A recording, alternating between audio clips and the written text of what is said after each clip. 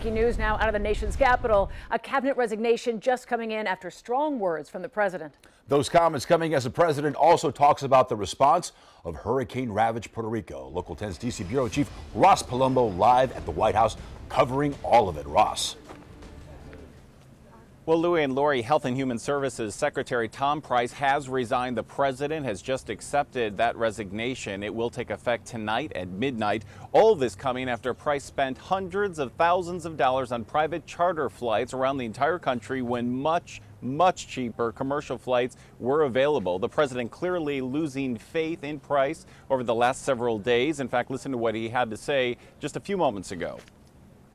Now we'll see. I mean, we have. He's a very fine man, but we're gonna make a decision sometime tonight. He's a very, very fine man. Well, all this coming as the president remains under fire for his response in Puerto Rico. In fact, at that same press conference, the president saying that he is doing a, quote, incredible job.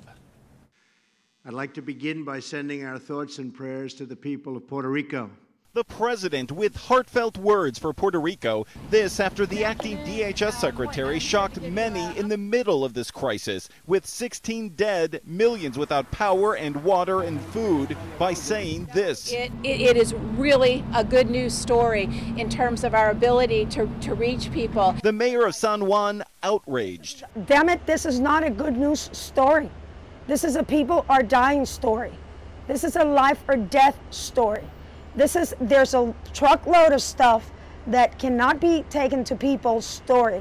Secretary Elaine Duke now in Puerto Rico today. Hundreds of people getting briefed on the situation and clarifying her comments, saying she was referring to all of the good people working on recovery. You've seen the criticism that the president has gotten from Puerto Rico. Having gone through Irma in Florida and seeing the response there, you were just in Puerto Rico. Do you think the criticism is justified for the response there? Let's all remember, we're in the middle of a crisis. And the island is just in the middle of a crisis now. 95% of the people without power. Let's focus on every day, what can we do to fix it?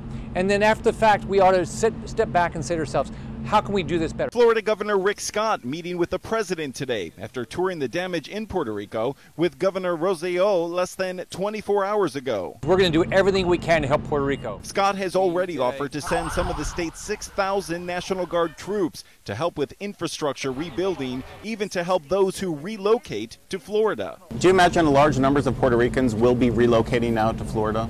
We will do whatever we can to, whether it's shelter, school. Again, Governor Scott telling Governor Rosselló that Florida will do all it can. He's offered all but 400 of our National Guard troops to go over to Puerto Rico. 400 now are currently in the Keys, clearing up the debris in the wake of Hurricane Irma. The governor, though, still has not sent a formal request to Governor Scott. As soon as that comes, we'll get it out to you. For now, though, that's the very latest live at the White House. I'm Ross Palumbo. Louie and Lori, back to you.